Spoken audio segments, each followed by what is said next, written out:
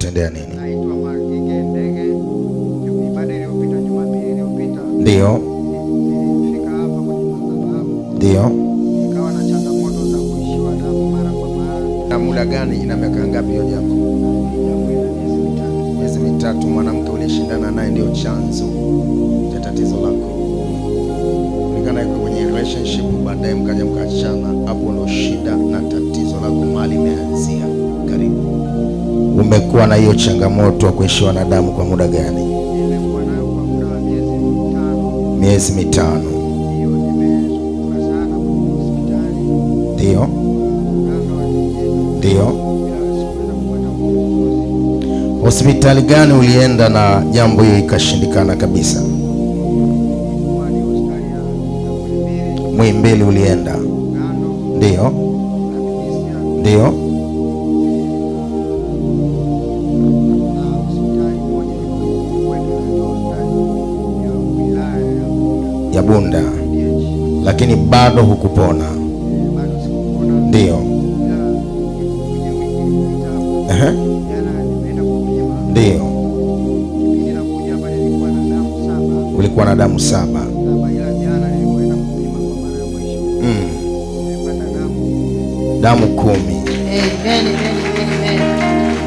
Na labda unaweza kutuambia siku hiyo wakati uko ndani ya madhabahu nabii alikuambia chanzo cha tatizo lako ni nini? na pia nilienda chanzo cha mahusiano ya kwanza. Ambayo kuna mwanamke sasa uliachana naye. Ndio. Na sasa hivi baada ya kupima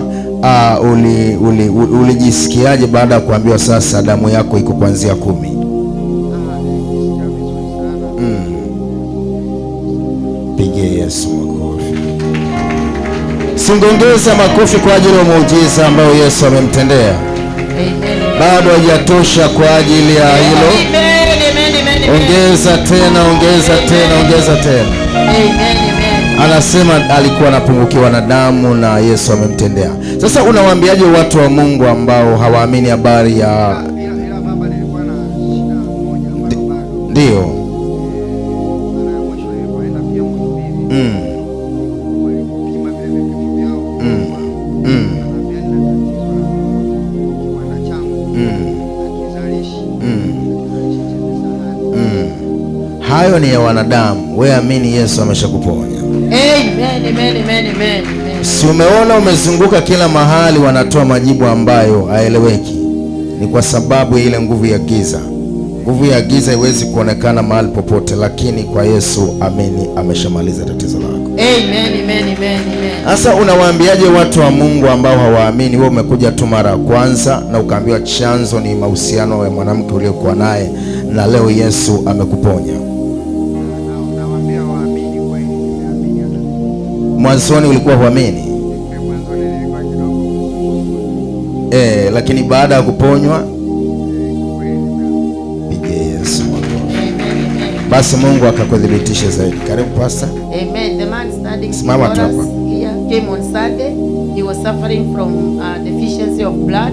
His blood could go very low. He has said that he has gone to several hospitals, including Ugando, Bibisia, Muhimbili. He has also gone to witch doctors, but he did not get a solution. He came on Sunday. The man of God prayed for him, and while he was praying, revealed to him that his problem came because of a relation he had with a woman, and it blocked. And he prayed for him. He was delivered. Today he starts here to confess that he is healed. His blood was 7 points when he came, but now he says yesterday on Saturday he went again for the test. It is now at 10. He gives God all the glory and says, wherever you are, believe that there is power of healing in this altar. In Jesus' name, amen. Ongeza makofi hapo kwa Yesu. Nenda Mungu akakudhibitisha.